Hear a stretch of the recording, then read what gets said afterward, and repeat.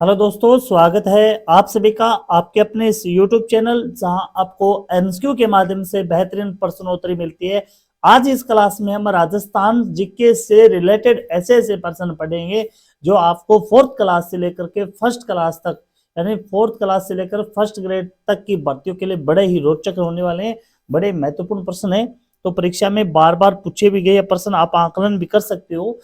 तो शुरुआत है आज इस सीरीज का। जो पहला प्रश्न देख पा रहे हो आप, फकीरों का तकिया, बड़ा इंपोर्टेंट प्रश्न है। देखिए, फकीरों का तकिया इमारत कहाँ स्थित है? राजस्थान में फकीरों का तकिया इमारत है वो राजस्थान के जैसलमेर जिले में स्थित है। याद रखिए दोस्तों, जैसलमेर जिले में स्थित है। अगला प्रश्न है अपना, होली के अवसर पर इलोजी की सवारी कहाँ पर निकाली जाती है? होली के अवसर पर इलोजी की सवारी, वो पहली बात तो होली के अवसर पर निकाली जाती है। और होली के अवसर पर जो इलोजी की सवारी निकाली जाती है वो बाड़मेर जिले में। और बाड़मेर की जो पत्थरमार होली है वो सबसे ज्यादा प्रसिद्ध है। पत्थरमार होली है वो कौन से क्षेत्र की भाई? पत्थरमार होली बाड़मेर की प्रसिद्ध है। अन्नकूट मेला कहाँ पर आयोजित होता है? अन्नकूट मेला है वो राजस्थान के राजसमंद जिले के नाथद्वारा क्षेत्र में आयोजित किया जाता है, नाथद्वारा के अंदर। सांगोद का नहान किस जिले का प्रसिद्ध है? बड़ा ही महत्वपूर्ण प्रश्न है भाई। सांगोद का नहान, महिलाएं वगैरह सबसे ज्यादा नहान करती है। सांगोद का नहान है वो कौन से क्षेत्र का प्रसिद्ध है? तो ये कोटा जिले का सबसे प्रसिद्ध नहान है। किसकी समृद्धि में परबतसर का मेला आयोजित किया जाता है? तो परबतसर का मेला ये नागौर के अंदर लगता है। पशु मेला है, सबसे ज्यादा आय प्राप्त करने वाला मेला है। वे वीर तेजाजी की याद में ये लगाया जाता है।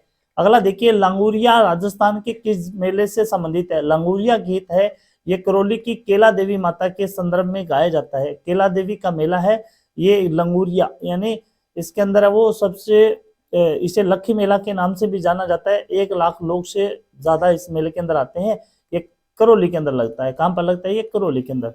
अगला देखिए, रसिक संप्रदाय का प्रवर्तक, ये क्या होगा भाई? रसिक संप्रदाय का प्रवर्तक किसे माना जाता है? रसिक संप्रदाय के प्रवर्तक है ये माने जाते हैं अग्रदास जी महाराज को, अग्रदास जी, ठीक है ना।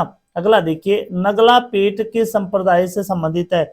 नगला पीठ है ये है लालदास संप्रदाय से, लालदासी संप्रदाय से संबंधित है नगला पीठ। अगला देखिए, वह कौन सा किला है जिसमें एक जैसे 9 महल है?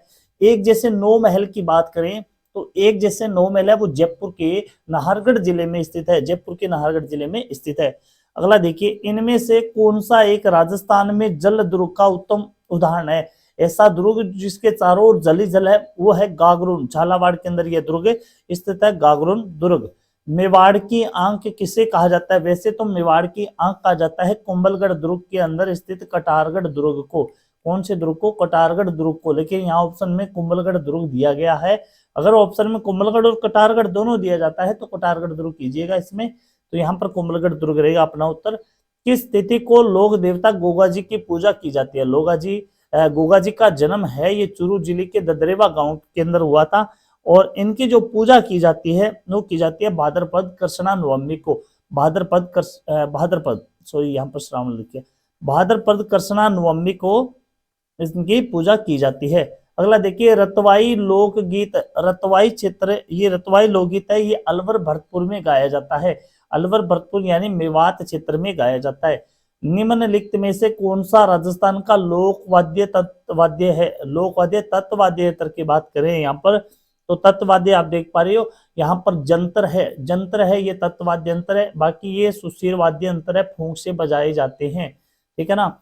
निम्नलिखित में से कौन सा एक गीत राजस्थान के पर्वतीय क्षेत्र का नहीं है? कौन सा गीत है पर्वतीय क्षेत्र में नहीं गाया जाता है? यहाँ पर देखिए, कुरंजा है ये जैसलमेर का सबसे प्रसिद्ध गीत है। ये कुरंजा पक्षी को माध्यम बनाकर के गाया जाता है।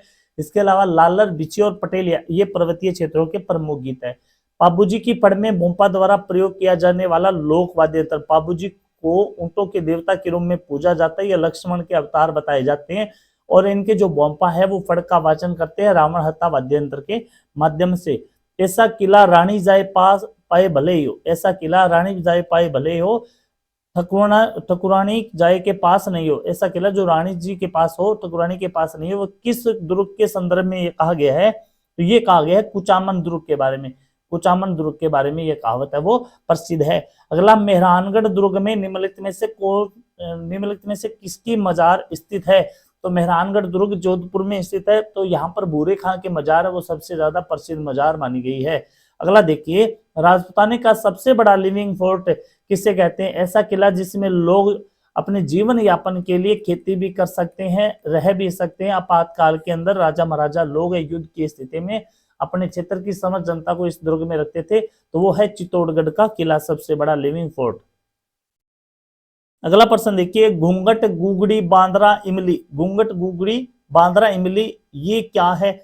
तो यहाँ पर तारागढ़ अजमेर की प्राचीर का विशाल बुर्जों के नाम है ये सभी है। वो क्या है भाई? तारागढ़ अजमेर की प्राचीर विशाल बुर्ज है ये। यह ऐसा किला है जिसका दरवाजा कोई आक्रमणकारी नहीं खोल सका। हसन निजामी ने यह कथन कहा था। कौन से किले के बारे में कहा था? तो ये कहा था जालोर के किले के बारे में। जालोर के किले के बारे में। जालोर का प्राचीन नाम था जबालीपुर। अगला देखिए, झालरापाटन में नवलखा दुर्ग की नींव किसने रखी थी? झालरापाटन झालावाड़ के अंदर है, वहां पर नवलखा दुर्ग बनाया गया था जिसकी नींव रखी थी पृथ्वी सिंह ने। किसने? पृथ्वी सिंह ने। बसंती नामक किले का निर्माण करवाया गया था। देखिए, सबसे ज्यादा राजस्थान में जो निर्माण करवाया था दुर्गों के, 84 में से 32 दुर्गों का निर्माण है वो महाराणा कुंभा ने करवाया था। तो यहाँ पर बसंती नामक किला भी वो किसने बनवाया था? महाराणा कुंभा के द्वारा वो बनवाया गया था। गुब्बारा, नुसरत, नागफली, गजक। गुब्बारा, नुसरत, नागफली और गजक। गजक तो वैसे मिठाई का नाम है भैया, तो लेकिन ये जो मिठाई नहीं है, ये क्या है? जोधपुर दुर्ग के तोपों के नाम है। जोधपुर दुर्ग यानी मेहरानगढ़ दुर्ग में रखी हुई तोपों के नाम है।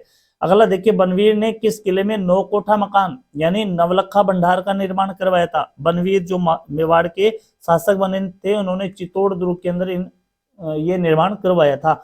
गर्भ गुंजन तोप निम्नलिखित में से किस दुर्ग में रखी हुई है भाई? गर्भ गुंजन तोप है ये तारागढ़ दुर्ग में रखी हुई है। तारागढ़ सही जवाब रहेगा इसका, तारागढ़। निम्नलिखित में से किस दुर्ग को यूनेस्को ने विरासत दुर्ग घोषित नहीं किया?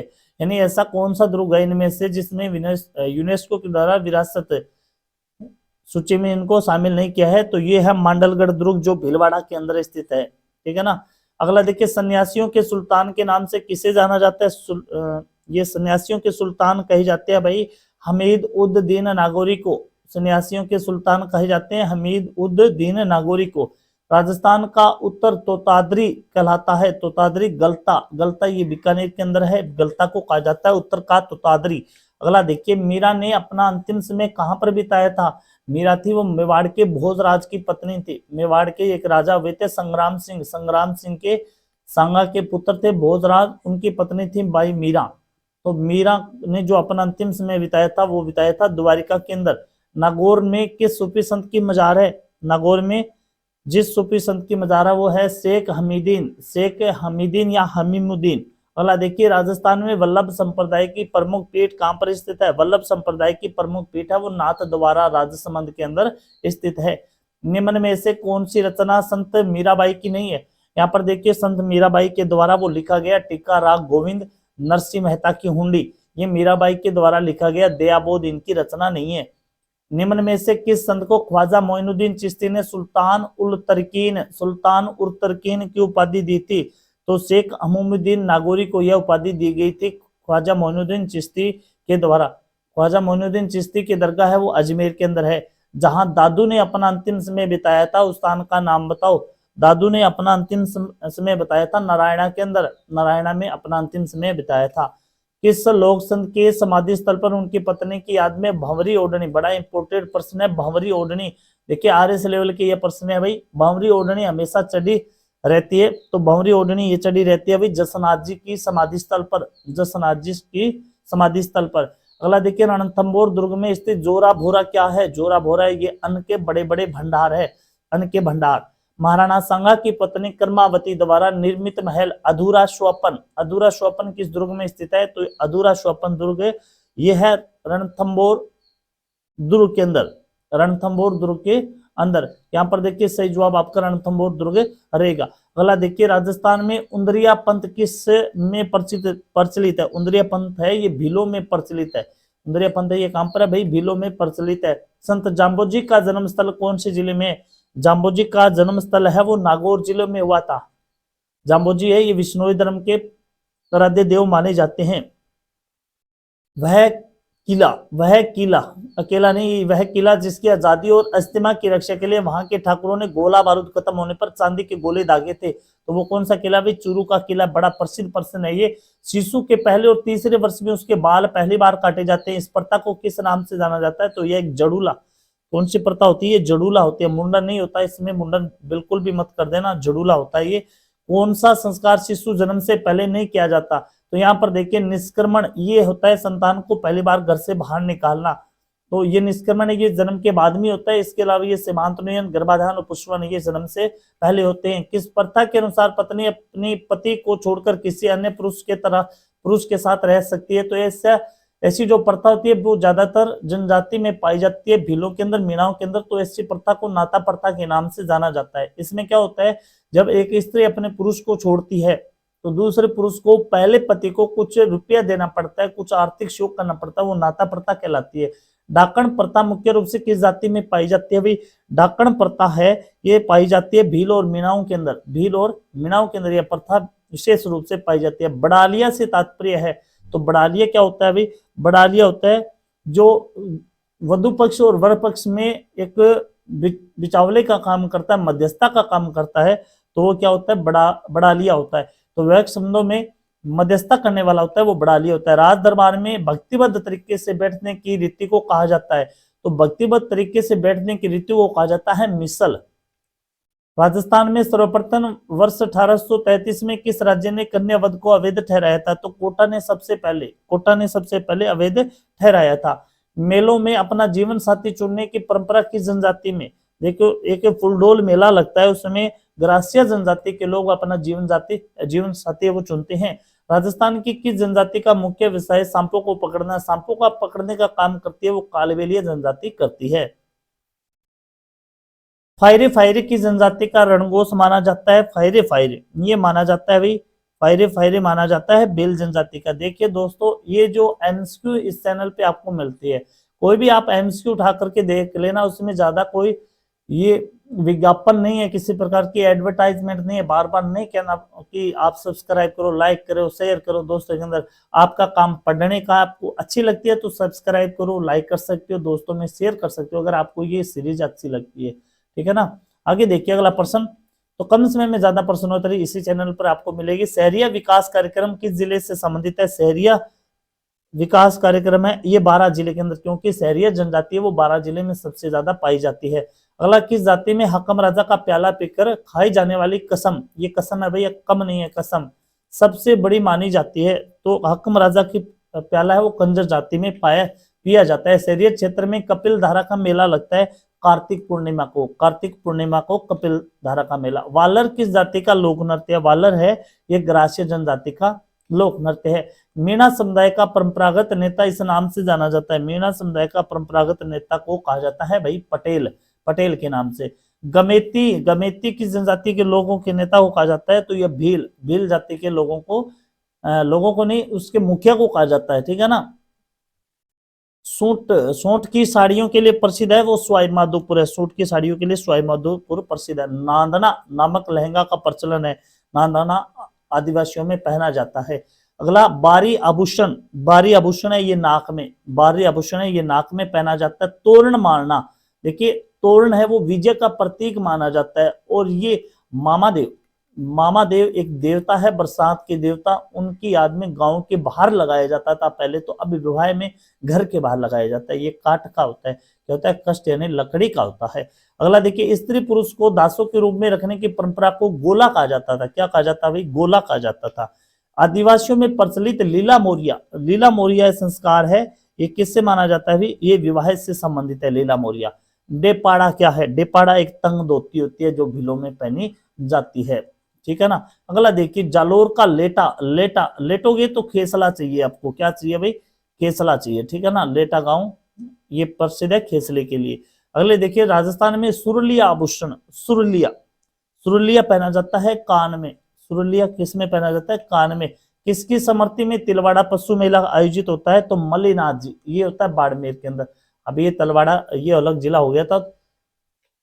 राजस्थान में किस लोकवाद्य को ज्यूज होरब भी कहा जाता है? ज्यूज होरब कहा जाता है मोरचंग को। अगला देखिए, ग्रासियों द्वारा किया जाने वाले कौन से नृत्य में वाद्य यंत्र का प्रयोग नहीं किया जाता? तो वालर के अंदर वाद्य यंत्र का प्रयोग नहीं होता। राजस्थान का बहरूपीय कला विश्व के अनेक राष्ट्रों में प्रदर्शित करने वाले थे। तो अंतरराष्ट्रीय स्तर पर जो बहरूपीय कला को विकसित किया था वो थे जानकी लाल जी भांड। अगला देखिए, शाहपुरा में जिस संप्रदाय की पीठ स्थित है वो है, शाहपुरा के अंदर है, वो राम स्नेह संप्रदाय की पीठ मानी जाती है। अगला है, संत धन्ना का जन्म किस जिले में हुआ था? संत धन्ना का जन्म हुआ था भी टोंक जिले के अंदर। नागौर में किस सूफी संत की मजार है? नागौर में शेख हमूमुद्दीन की मजार है, शेख हमूमुद्दीन। अगला देखिए, संभराथल, संभराथल है ये, संभराथल धोरा स्थित है, संभराथल धोरा बीकानेर जिले के अंदर स्थित है। गांव गांव खेजड़ी, गांव गांव गोगो, कहावत में जिस संत का संबोध है वह किस जिले से? जिस संत का संबोध है वो है गोगाजी महाराज, चूरू जिले से उनका संबंध है। अगला देखिए, भूरिया बाबा आराध्य देवता है, भूरिया बाबा है, ये मीणाओं के होते हैं, गोडवाड़ के मीणाओं के। अगला है, भारतीय डाक विभाग ने किस लोक देवता की फड़ पर डाक टिकट जारी किया था? तो देवनारायण, देवनारायण जी की फड़ है वो सबसे बड़ी और सबसे छोटी फड़ पूछे वो किसकी? अभी देवनारायण की फड़ है। अगला देखिए, प्रसिद्ध तीर्थ स्थल गलियाकोट किस नदी के किनारे पर स्थित है? गलियाकोट है ये माही नदी पर स्थित है, गलियाकोट है ये कहां पर है? माही नदी पर स्थित है। सिक्कर ठिकाने व सिक्करवाटी जाट पंचायत में 1935 में किसके प्रयासों से समझौता हुआ था? तो ये समझौता हुआ था कैप्टन वेब के, कैप्टन वेब ने ये प्रयास किए थे, उन्होंने सिक्कर ठिकाने और सिक्करवाटी जाट पंचायत में समझौता करवाया था। डूंगरपुर प्रजामंडल की स्थापना किसकी अध्यक्षता में हुई थी? डूंगरपुर प्रजामंडल की स्थापना भोगीलाल पांडे की अध्यक्षता में हुई थी। संग्राम नामक साप्ताहिक पत्र का प्रकाशन किसके द्वारा आरंभ किया गया? देखिए, संग्राम जो अखबार निकाला गया था वो भूपेंद्र नाथ त्रिवेदी के अध्यक्षता के अंदर। एक संग्राम, देखिए एक चीज और बता दूं, संग्राम है वो अकबर की बंदूक का नाम भी था, अकबर की बंदूक का नाम भी क्या नाम था भाई? संग्राम। अकबर की बंदूक का नाम भी क्या था? संग्राम। राजस्थान में स्वतंत्रता के आंदोलन के दौरान राजस्थान जनता में लोकनायक की उपाधि से विभूषित नेता कौन थे? जनता के लोकनायक ये कहे जाते थे जय नारायण व्यास को। ठीक है। अगला, जयपुर रियासत में जेटलमेंट एग्रीमेंट किसके बीच में हुआ था? जेटलमेंट एग्रीमेंट हुआ था हीरालाल शास्त्री, हरिलाल ने हीरालाल शास्त्री और सर मिर्जा इस्माइल के बीच में हुआ था। जयपुर प्रजामंडल की भारत छोड़ो आंदोलन में निष्क्रिय भूमिका होने पर भी बाबा हरिश्चंद्र, रामकर्ण जोशी, दौलतमत भंडारी आदि कार्यकर्ताओं ने किस संगठन की स्थापना की थी? तो इन्होंने जो आजाद मोर्चा संगठन बनाया था, इन्होंने आजाद मोर्चा वो संगठन बनाया था। अगला है, संविधान निर्मात्री सभा में बीकानेर के प्रतिनिधि कौन थे भाई? तो बीकानेर से थे वो थे के.एम. पनिकर, के.एम. पनिकर। अगला है प्रश्न, तासिमो गांव किस रियासत में था जहां अप्रैल 1947 में तिरंगे झंडे की रक्षा करने हेतु दो शहीदों छतर सिंह और पंचम सिंह ने अपने प्राण न्यौछावर कर दिए थे? छतर सिंह और पंचम सिंह ने, ये धौलपुर के थे, ठीक है ना, ये धौलपुर का गांव आता है तासिमा गांव। अगला प्रश्न है, मयो कॉलेज बम किससे संबंधित है? मयो कॉलेज बम है ये ज्वाला प्रसाद शर्मा से संबंधित है। अगला है प्रश्न, किस क्रांतिकारी की इच्छा थी कि उसकी मृत्यु के उपरांत जलाया ना जाए बल्कि दफनाया जाए? जलाया ना जाए बल्कि दफनाया जाए, ये जो इच्छा थी वो थी अर्जुन लाल शेट्टी की, अर्जुन लाल शेट्टी की। 26 जनवरी 1930 को चूरू के धर्मस्तूप पर तिरंगा फहराने वाले क्रांतिकारी कौन थे? तो वे क्रांतिकारी थे भाई चंदमल बहेड़ और गोपाल दास, दोनों ही थे, चंदमल बहेड़ और गोपाल दास। राजपूताना हरिजन सेवा संघ की स्थापना किसने की थी? ये रामनारायण चौधरी ने की थी। किसने की थी? रामनारायण चौधरी ने।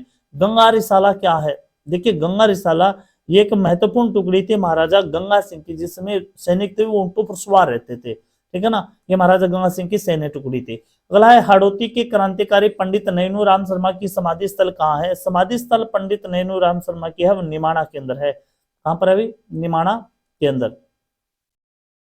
1930 में नमक सत्याग्रह प्रारंभ होने पर राजस्थान के प्रथम सत्याग्रही कौन चुने गए थे? तो प्रथम जो सत्याग्रही चुने गए थे वो नित्यानंद नागर जी थे, नित्यानंद नगर। नरेंद्र मंडल के प्रथम कुलपति कौन थे? नरेंद्र मंडल के प्रथम कुलपति थे महाराजा गंगा सिंह, बीकानेर के शासक थे ये। जीवन कुटीर नामक रचनात्मक संस्था की स्थापना किसने की थी? ये की थी हीरालाल जी शास्त्री ने। अगला है प्रश्न, प्रत्यक्ष जीवन शास्त्र परल्य प्रतीक्षा नमो नमो के लेखक कौन है? बड़ी महत्वपूर्ण पुस्तक है ये, प्रत्यक्ष जीवन शास्त्र और परल्य प्रतीक्षा नमो नमो। इस पुस्तक के लेखक थे हीरालाल जी शास्त्री। अगला है प्रश्न, लावा ठिकाने को राजस्थान के एकीकरण की प्रक्रिया में किस रियासत में मिलाया गया था? तो लावा ठिकाने को जयपुर रियासत में मिलाया गया था। राजस्थान की कौन सी रियासत पृथक अस्तित्व बनाए रखने की दोनों शर्तों यथा न्यूनतम 10 लाख की आबादी एवं कम से कम 1 करोड़ की वार्षिक आय को पूरा करती थी? तो ये जो रियासतें थी वो थी जयपुर थी, उदयपुर थी, जोधपुर थी, बीकानेर थी। तो ये सभी रियासतें थी, उपयुक्त सभी। 30 मार्च 1949 को स्थापित वृहद राजस्थान के प्रथम प्रधानमंत्री कौन बने थे? वृहद राजस्थान के प्रथम प्रधानमंत्री बने थे वही हीरालाल जी शास्त्री। राजस्थान के एकीकरण के तहत सबसे अंतिम समय में सम्मिलित होने वाले क्षेत्र कौन सा था? तो सबसे जो अंतिम में शामिल किया गया था वो अजमेर का मेरवाड़ा क्षेत्र था। अगला है, राजस्थान में इंस्टेप्टी सोल्स मिट्टियां कहां पर पाई जाती है? इंस्टेप्टी सोल्स मिट्टियां है वो पाई जाती है कहां पर भाई? ये पाई जाती है सिरोही, पाली, राजसमंद, उदयपुर, भीलवाड़ा, चित्तौड़गढ़, प्रतापगढ़, इन क्षेत्रों के अंदर। राजसमंद, सिंधेश्वर, खुर्द किस काम पर किसकी खान है? यानी इस स्थान पर किसकी खान है? ये सिंधेश्वर खुर्द का क्षेत्र आता है, वो वहां पर शीशा जस्ते की खान है, ठीक है ना। अगला है, लोरी किट पक्षी किस अभ्यारण्य में पाया जाता? बड़ा देखिए महत्वपूर्ण प्रश्न है, ये सीता माता अभ्यारण्य है प्रतापगढ़ के अंदर, वहां पर लोरी किट पक्षी पाया जाता है।